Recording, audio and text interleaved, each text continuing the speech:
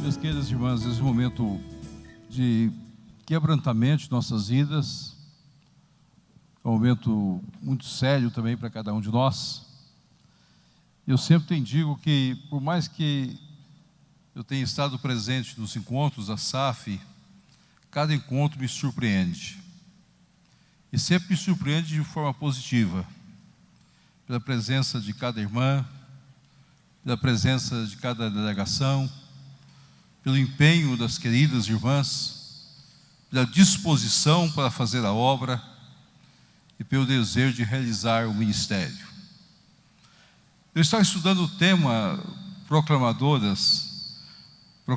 das boas novas, e fiquei olhando algumas mulheres que cercaram alguns homens de Deus. A vida do profeta Elias, ele teve o convívio com duas únicas mulheres. Uma viúva de Sarepta, onde foi uma experiência maravilhosa, que pôde estar ao lado dele no momento sério, crítico da história do seu povo, do povo de Israel. A outra mulher ímpia, Jezabel, que nenhuma querida irmã poderia querer ser como Jezabel. Outra mulher que conviveu no ministério de Elias. No ministério de Eliseu, teve 3 mulheres que marcaram o seu ministério. Uma jovem que, creio que Eliseu nem soube o seu nome, nem soube os seus dados. Foi aquela jovem que testemunhou para Naamã, para que Naamã fosse procurar o profeta. Foi uma proclamadora. No momento crítico, ela proclamou que se o seu senhor estivesse na presença do profeta, ele seria curado. A vida de Eliseu também tem a viúva de um profeta, que passou por uma das fases mais críticas da vida, quando está vendo que seus 2 filhos eram levados para o cativeiro. Então ela procura o profeta e coloca diante do profeta a crise que envolvia aquele momento social dos seus filhos serem levados escravos, e o profeta então tem a oportunidade de colocar para aquela querida e amada irmã, viúva de um profeta, a experiência de ver o que Deus pode fazer e o milagre de Deus. A outra, uma dona de casa, que o profeta passava perto de sua casa em Sunem, uma sunamita, nós não sabemos o nome, e ela abre a sua casa, manda construir um pequeno quarto, para que o profeta pudesse se acolher ali. Eliseu poderia descansar na casa, ali naquela casa, e o próprio profeta pergunta: o que eu posso fazer por essa mulher? E ela responde de uma maneira tão sincera: eu tenho tudo, eu habito no meio do meu povo. E Eliseu continua perguntando: o que eu posso fazer mais ainda por essa mulher? Eu posso interceder junto ao rei, ao comandante, eu posso mudar a história dessa mulher. Descobre que ela não tem filho. Eliseu ora para que ela tenha o filho. Depois de Deus, Eliseu ora para que o filho volte a viver num grande milagre da graça de Deus. Na vida de Jesus Cristo, nós encontramos também algumas mulheres. E é interessante que Lucas capítulo 8 afirma que foram as mulheres que dispuseram os seus bens para a sustentação do ministério do nosso Senhor Jesus Cristo. Jesus era de uma família muito pobre, não foi colocado em lugar nenhum do palácio daqueles dias, não exerceu juntamente com o seu ministério a profissão, não tinha recursos para cumprir o seu ministério. Então Deus levantou Joana, Deus levantou Maria, Deus levantou Salomé, Deus levantou algumas mulheres que Lucas capítulo 8, verso 1 até o verso 4, descreve para nós. E essas mulheres colocaram os seus bens a serviço do nosso Senhor Jesus Cristo. Mas a primeira mulher proclamadora que nós encontramos em contato com Jesus, não foram essas mulheres que colocaram os seus bens, já que a nossa temática são mulheres proclamadoras. A primeira mulher proclamadora é narrada em João capítulo 4. É uma mulher que também tinha uma vida difícil, pesada, dura, se envergonhava de viver em sociedade, e é sobre essa mulher que eu quero conversar nessa noite. Por que de fato ela se tornou uma mulher proclamadora de boas novas? E que de fato o seu ministério foi marcado pela proclamação do Evangelho. Eu gostaria que cada um daqueles que aqui se encontram nessa noite pudesse olhar para esta mulher, não identificar com a sua vida, mas identificar com os princípios que nortearam a luz das Escrituras Sagradas. Vocês não vão viver o drama dela, a vergonha dela, a luta dela, mas os mesmos princípios que estão embutidos no texto são os mesmos princípios que nós, como igreja, devemos reconhecer, para que nos tornemos proclamadores, proclamadoras da graça do Evangelho do nosso Senhor Jesus Cristo. Abramos nossas Bíblias em João capítulo 4. Eu os convido para a leitura desse texto sagrado. Eu inicialmente tinha pensado em conversar com as irmãs a respeito de Jezabel, a mulher que eu não gostaria que nenhuma irmã fosse. Mas preferi deixar Jezabel de lado, preferi deixar a Sunamita de lado, a viúva do profeta, e nem as mulheres sustentadoras do ministério de Cristo, para virmos para João capítulo 4, e procurarmos nesse texto alguns princípios que devem nortear nossas vidas. O texto também não fala o nome da mulher, então ela pode ser identificada com qualquer uma que aqui se encontra nessa noite, porque não fala o seu nome, não traz a identificação dela, a não ser que ela é uma mulher de Samaria. Quando, pois, o Senhor veio a saber que os fariseus tinham ouvido dizer que ele, Jesus, fazia e batizava mais discípulos que João, se bem que Jesus mesmo não batizava e sim os seus discípulos, deixou a Judéia, retirando-se outra vez para a Galileia, e era necessário atravessar a província de Samaria. Chegou, pois, a uma cidade samaritana chamada Sicar, perto das terras que Jacó dera a seu filho José. Estava ali a fonte de Jacó. Cansado da viagem, assentaram-se Jesus junto à fonte por volta da hora sexta. Nisto viu a mulher samaritana tirar água. Disse Jesus: dai-me de beber. Os seus discípulos tinham ido à cidade para comprar alimentos. Então lhe disse a mulher samaritana: como sendo tu, judeu, pedes de beber a mim, que sou mulher samaritana? Porque os judeus não se dão com os samaritanos. Replicou-lhe Jesus: se conheceras o dom de Deus, e quem é que te pede, dai-me de beber, tu lhe pedirias, e ele te daria água viva. Respondeu ela: Senhor, tu não tens como que eu atirar, e o poço é fundo. Onde, pois, tens a água viva? És tu, porventura, maior do que Jacó, nosso pai, que nos deu o poço do qual ele mesmo bebeu, e bem assim seus filhos e seu gado? Afirmou-lhe Jesus: quem beber desta água tornará a ter sede. Aquele, porém, que beber da água que eu lhe der, nunca mais terá sede. Pelo contrário, a água que lhe der será nele uma fonte a jorrar para a vida eterna. Disse-lhe a mulher: Senhor, dai-me dessa água, para que eu não mais tenha sede, nem precise vir aqui buscá-la. Disse Jesus: vai, chama teu marido e vem cá. Ao que lhe respondeu a mulher: não tenho marido. Replicou-lhe Jesus: bem disseste, não tenho marido, porque 5 maridos já tiveste, e esse que agora tens não é teu marido. Isso disseste verdade. Senhor, disse-lhe a mulher: vejo que tu és profeta. Nossos pais adoravam neste monte, vós, entretanto, dizeis que Jerusalém é o lugar onde se deve adorar. Disse Jesus: mulher, podes crer-me que a hora vem, quando nem neste monte, nem em Jerusalém adorareis o Pai. Vós adorais o que não conheceis, nós adoramos o que conhecemos, porque a salvação vem dos judeus.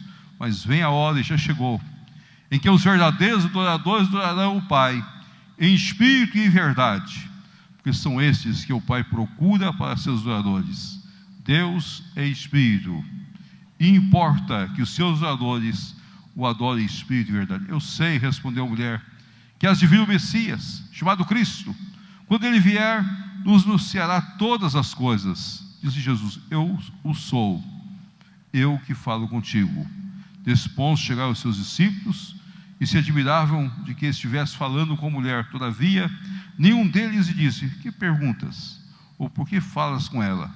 Quando a mulher deixou o seu canto, foi à cidade, disse àqueles: vinde comigo, e vede um homem que me disse tudo quanto tenho feito. Se é porventura o Cristo? Saíram, pois, da cidade e vieram ter com ele. O Pai fala ao nosso coração nesta noite, fala às nossas vidas nesta noite, ministra para nós de uma forma muito especial, para que como igreja nós possamos compreender o teu ensino sagrado, a tua mensagem, e termos um entendimento sério, competente, daquilo que o Senhor requer de cada um de nós. Abençoa-nos, ó Pai, ilumina-nos pelo teu Espírito Santo nossas vidas, e nos ensina a viver uma vida com o Senhor, em nome do teu Filho Jesus. Amém. Minhas queridas e amadas irmãs, ser proclamadora das boas novas. O que é a grande pergunta que nós temos é: como me torno um proclamador das boas novas? A história dessa mulher é muito interessante. Eu gostaria que nós pudéssemos olhar para essa história e tirar alguns princípios para as nossas vidas e para a vida de cada um de nós. Ela é uma samaritana, moradora da cidade de Sicar. Lá tinha a fonte de Jacó, nos lugares de adoração daqueles dias para os samaritanos. Os samaritanos eram odiados pelos judeus. Os judeus e samaritanos não se conversavam, não se relacionavam, não se entendiam. Os samaritanos eram do povo de Israel, era um resto de povo que havia ficado na terra no período do cativeiro. Aquele povo havia se misturado com outras raças, era um povo misto, não era uma raça pura. Tinha um culto, muitas vezes, um culto aberto, eclético, com deuses, não uma adoração genuína, de entrega, de conhecimento, mas era um culto que olhava para os locais. Jeroboão fez questão de tornar o culto dos samaritanos um culto idólatra. Deixou de lado o Deus verdadeiro, e aquele povo era herdeiro desse culto idólatra, esse misticismo idólatra, que permeava a vida deles, que levava eles muitas vezes a sentirem que o Deus de Israel, o Deus de Jacó, o Deus de Isaac, o Deus de Abraão, era simplesmente longínquo para eles. É um Deus da história, mas não um Deus de entrega, de vida, de conhecimento. Não fazia sentido para eles o culto exclusivista, o culto ao único Deus, como o povo dos judeus, ou da linhagem judaica verdadeira, tinha naqueles dias. Jesus então passava pela Samaria, e agora ele encontra uma mulher samaritana, e a grande pergunta é: como que essa mulher se tornou de fato uma proclamadora. Quais são os princípios que estão por trás desse texto? Eu gostaria que nós pudéssemos alinhar alguns desses princípios. O primeiro deles que nós precisamos compreender é que essa mulher precisava entender na sua vida que o Evangelho da graça quebra todas as barreiras. Quebra todas as barreiras de um povo, de uma nação, e torna-nos iguais. Por isso que Jesus conversa com a mulher. Por isso que Jesus se aproxima daquela mulher. Por isso que Jesus sente a dor daquela mulher. Por isso que Jesus pode conversar com ela, pode se entender com ela, pode dirigir-lhe a palavra. Aos olhos daqueles dias, Jesus primeiro não poderia conversar com um samaritano, nem poderia conversar com a mulher. Mas o Evangelho da graça vem para quebrar, historicamente, as barreiras que nos separam, que tiram de nós condições de estarmos juntos com o povo. Nós pregamos o Evangelho da graça, do amor redentor em Cristo Jesus, o nosso Senhor, que torna os homens iguais, principalmente nos dias que nós vivemos, quando nós olhamos que muitas vezes as pessoas têm tantas preocupações. Há poucos dias eu ouvi uma frase que chamou minha atenção, dizendo: na igreja dos nossos dias não há mais lugares para pecadores. Eu fiquei preocupado com essa frase. E a pessoa começou a acrescentar uma série de questões. Eu estive em outra igreja, participando do trabalho daquela igreja, e a certo momento o pastor disse para mim: reverendo, nós fizemos aqui uma opção em nossa igreja. Nós queremos uma classe AA na nossa igreja. Não há lugares para as pessoas que necessitam em nossa igreja. Eu olhei para aquele pastor e disse: meu querido, a situação de Jesus seria muito difícil na sua igreja. Nem ele teria lugar na sua igreja, porque ele precisou de alguém que pudesse pagar as suas despesas. Na sua igreja não teria ninguém nessa condição. O Evangelho da graça, ele quebra as barreiras. E essa mulher teria de compreender isso. Ela precisava de compreender que os samaritanos e os judeus seriam aproximados. Homem e mulher seriam aproximados. Nós somos iguais. Não há diferença. Nós vamos olhar para os sírios e sentir que nós precisamos clamar a Deus pela conversão do mundo muçulmano. Mas há pessoas do Estado Islâmico lá, não importa, nós vamos orar por eles. Nós vamos testemunhar Jesus para eles. Nós vamos enviar missionários até eles. Nós vamos abrir oportunidades, que nós levamos o Evangelho que quebra as barreiras, que torna os homens semelhantes, que une os homens. Nós vamos nas favelas e nós vamos nos prédios e nos grandes condomínios. Nós vamos nas grandes cidades, mas vamos lá no interior, onde não tem nem acesso muitas vezes, levando o Evangelho da graça. Nós vamos numa igreja grande, mas vamos numa igreja minúscula, onde nem luz elétrica possui ainda nos nossos dias.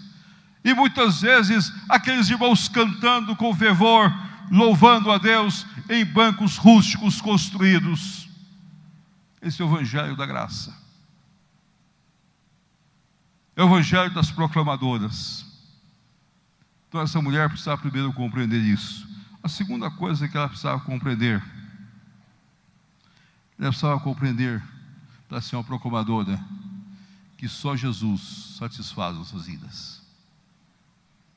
Nós precisamos tomar da água viva.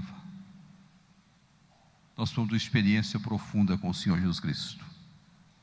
O que está faltando nos nossos dias hoje são experiências profundas com o nosso Senhor Jesus Cristo. Se este encontro, a mulher presbiteriana, levar as minhas irmãs a viverem uma vida mais autêntica com o Senhor Jesus Cristo, eu louvo a Deus. Eu saio satisfeito daqui. Há muitas queridas irmãs e muitos queridos irmãos, e nós estamos vivendo nos nossos dias o evangelho de aparência, e nós não estamos bebendo da água viva que é Jesus Cristo. Os nossos dias é caracterizado pelo evangelho do verniz, o evangelho da aparência, do oba-oba, o evangelho dos resultados, não do evangelho de joelhos dobrados, não o evangelho da vigília, do jejum, do quebrantamento, da entrega, não o evangelho da água viva em Cristo Jesus nosso Senhor, da santificação, o evangelho de sabermos que a obra é exclusiva, é total em Cristo Jesus, o nosso Senhor. Que este encontro, a mulher presbiteriana, possa levar as nossas proclamadoras a de fato a ter uma compreensão exata que para ser uma proclamadora precisa ter experiência profunda com a água viva que é Jesus Cristo. Não é só falar de Jesus, é viver com Jesus. A crise dos nossos lares é que há muitas pessoas falando de Jesus, mas poucas pessoas vivendo a autenticidade do evangelho nas quatro paredes das nossas casas.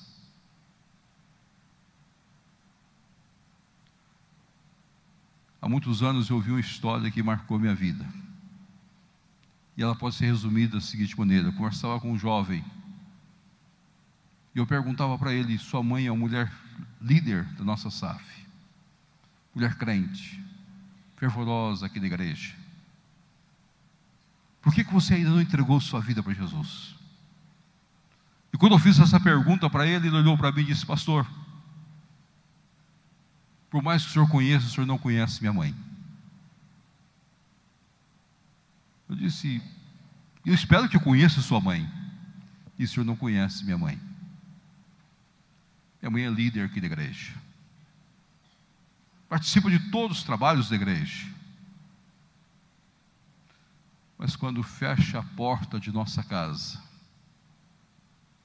ela se transforma. Nem os filhos, nem meu pai aguenta mais minha mãe. O senhor sabia que meu pai está para separar da minha mãe? O senhor sabia que nós, os filhos, não queremos mais saber do evangelho, porque nós não aguentamos mais minha mãe?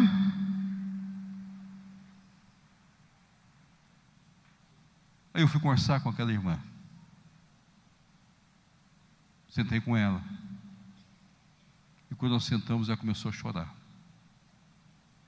E eu perguntei para ela: por que tudo isso? O que acontece? E ela começou a abrir o seu coração. Ela estava na igreja, ela participava da igreja, mas ela não tinha tido a experiência da água viva. Minhas queridas e minhas amadas, nós precisamos de uma experiência profunda com Jesus, que possa autenticar o nosso ministério dentro das nossas casas.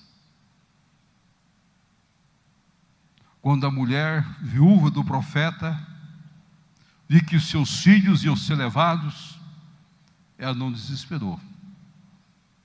Por mais que você leia o texto bíblico, por mais que aquela mulher está sentindo a dor de ver que seus filhos iam ser levados, iam ser conduzidos ao cativeiro, o texto não mostra nenhum desespero daquela mulher. O que mostra que a mulher procura o profeta e abre o coração diante do profeta, que naquele momento representava o Senhor ali. Eu sabia em quem ela cria. Quando Elias chega na viúva de Sarepta, ela também não perde a noção dos fatos. Ela poderia dizer: não vou fazer o bolo. Não, ela fez o bolo para o profeta, porque ela cria na palavra do homem de Deus. Nós precisamos de mulheres para serem proclamadoras, que de fato têm uma experiência profunda com o Senhor. Nós somos de mulheres que entendem que o Evangelho quebra as barreiras. Somos de mulheres que compreendem que é necessário tomar da água da vida. Mas precisamos de mulheres que entendam que são pecadoras. E como pecadoras, precisam se colocar diante do Senhor. Todos nós somos pecadores. Não somos nós que ordenamos ao Senhor. Não somos nós que damos ordem para o Senhor. E é interessante que nesse texto Jesus vai construindo a mensagem para levar essa mulher a entender o seu estado de pecado, a compreender a sua situação, até a sua vergonha de ter escolhido a hora sexta, isto é, o meio-dia, o ar do sol a pino, sol mais quente. Mas escolhia esse horário porque ela não queria encontrar com ninguém, ela não queria deparar com ninguém. Então ela ia ali quase como uma maneira de obrigação. Jesus não combate esta área. Jesus vai conversando com ela, vai levando ela a pensar um pouco, e a certo momento Jesus dirige a ela: vai chamar o teu marido. E ela então responde: Senhor, eu não tenho marido. E agora o confronto de Jesus com o estado de pecado dela. E ela compreende o sentido maior da sua vida. Ela abre o coração diante do Senhor. Não há condições para sermos proclamadores se nós não tivermos consciência que todos nós somos pecadores. Uma das coisas mais lindas da doutrina reformada, e nós presbiterianos somos herdeiros dessa doutrina, é a depravação total do homem. Todos nós somos pecadores, e todos nós somos salvos gratuitamente em Cristo Jesus, não por obras, não por méritos, mas pela fé. É o Senhor que gera em nós uma nova vida. É Cristo que morreu por nós, que pagou o preço da nossa salvação. Então, para que ela pudesse ser uma proclamadora, é preciso entender que primeiro ela era uma pecadora. Aí se é grata a Deus, profundamente grata a Deus. O que mais nos leva a pregar o Evangelho é a nossa gratidão a Deus, porque Deus nos salvou do estado de pecado que nós nos encontrávamos. Mas lá nesse texto também outra coisa interessante. Essa mulher precisava ter uma visão adequada da espiritualidade. Por isso o diálogo de Jesus agora é sobre aonde adorar, como cultuar, como estar com o Senhor. E essa mulher precisava entender que a espiritualidade, o nosso Deus, o Deus que nós cultuamos, não é um Deus que está presente em um lugar específico, numa igreja específica. O nosso temor a Deus vai em todos os lugares, em todos os momentos.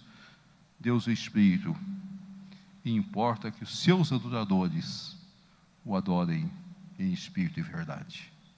Ele está em nós, Ele vive conosco, Ele participa das nossas vidas, Ele se integra nas nossas vidas, em cada momento, em cada instante das nossas vidas. Para sermos proclamadores, nós proclamamos um Deus espiritual. não um Deus que nós tocamos, não um Deus que nós construímos, não um Deus semelhante a nós, mas um Deus eterno, redentor, amoroso, misericordioso, que muda a história e que faz da história algo diferente. Para sermos de fato verdadeiras proclamadoras, nós precisamos de uma vida espiritual autêntica com o nosso Deus.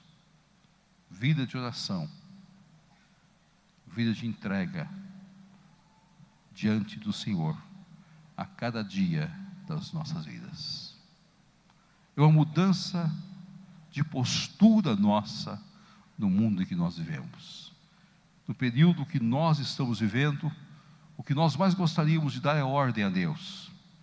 É interessante que a teologia que muitas vezes tem adentrado algumas igrejas nossas é uma teologia de dizer: eu, em nome do Senhor eu faço isso, em nome do Senhor eu faço aquilo, em nome do Senhor determino todas as coisas.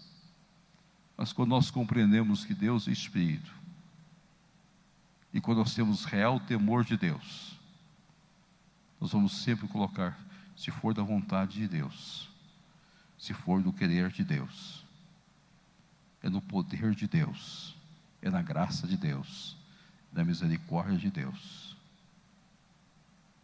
Jesus Cristo é o Messias, é o nosso Salvador, é o nosso Redentor, é o nosso Senhor, Ele que dirige as nossas vidas.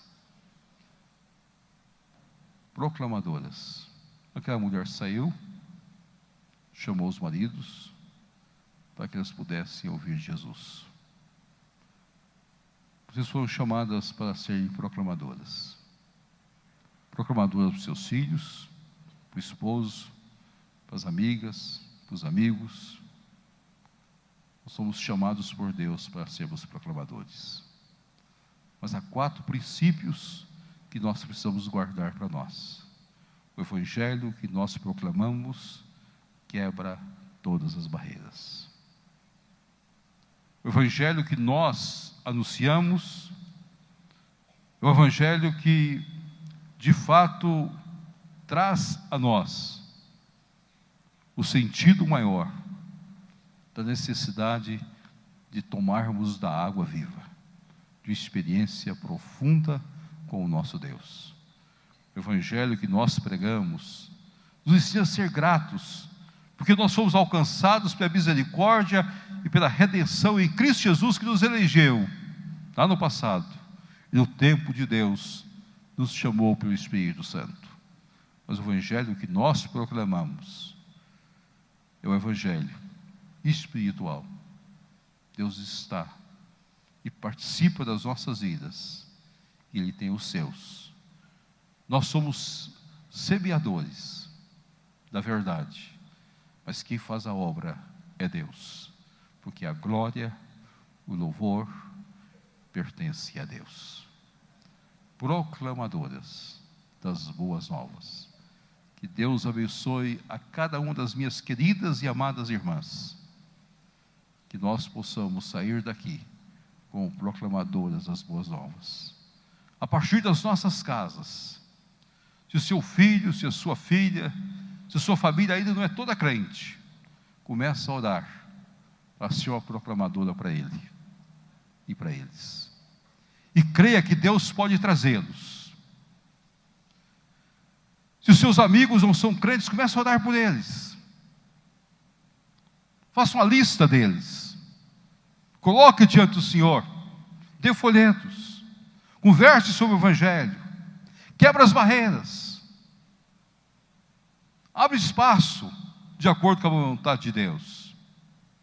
E faça da sua vida uma obra missionária para a glória de Deus. Amém. Amém.